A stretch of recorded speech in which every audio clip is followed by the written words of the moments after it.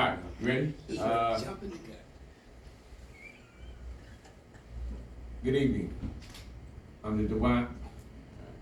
Good evening. I'm the divine word messenger. This poem will be called Black Tales. It's from the series, the traumatized series of the 1990s.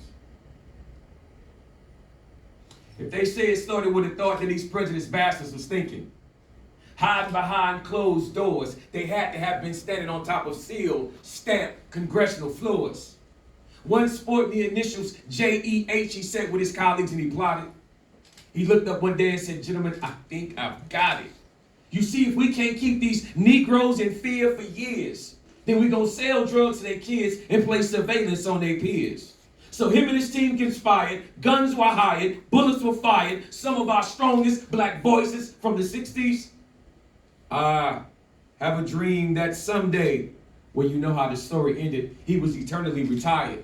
They thought that they could silence our revolutionary rage. They bullet rattle and dismantle our black leadership with plans of putting us in a cage or maybe sending us back out on that slave ship.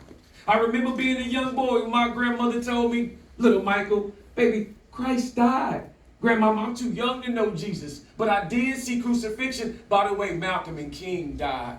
Blinded by tears of misery, I couldn't see that they sent this thing called COINTELPRO after you and me. Still filled with black pride and pain, the youth of that time, they would unleash panther power to reign. An armed resistance that lost all that they could lose. They told the man, "You gonna respect us or kill us?" J. Edgar Hoover and his crew had to choose. So many brothers and sisters were jailed, bruised, or buried.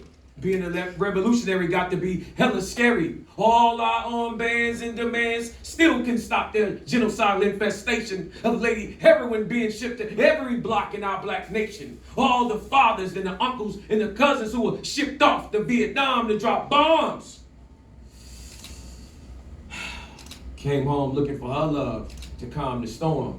The 70s came in with economic opportunity and a chance for better black living. Blacks too blinded by immigration during the Reagan era didn't see that the man had new farms for us to be revisiting. You see, affirmative actions with conspiracy plots had a whole lot of our uncles and fathers receiving 3 hots in a cot, and black mamas calling up Century 21 or Remax for burial plots.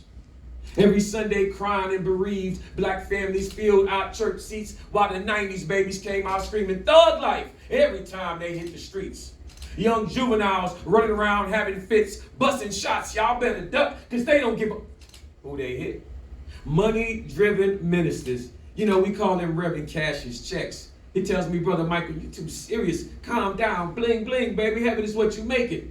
Tell that to Sister Jones, her little son Curtis, he just got 25 to life last week. I hope he can take it. You see, he was undereducated and now he's institutionalized. I got love for little Curtis because he did what he felt he had to do before he was tried, sentenced. Well, now little Curtis is convicted. You see, his mama had 5 kids on welfare, fearing every night she gonna be evicted. Lord, hold her heart while we hold her hand. Help to ease her tears, seeing her son locked away till he's an old man.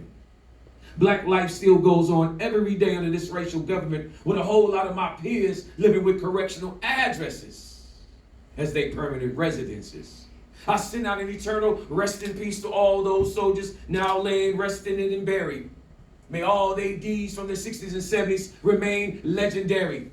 So tell the school nurse to stand by with all the band-aids and her sutures for all the bumps and bruises my little children might encounter in their black future. Divine word messenger.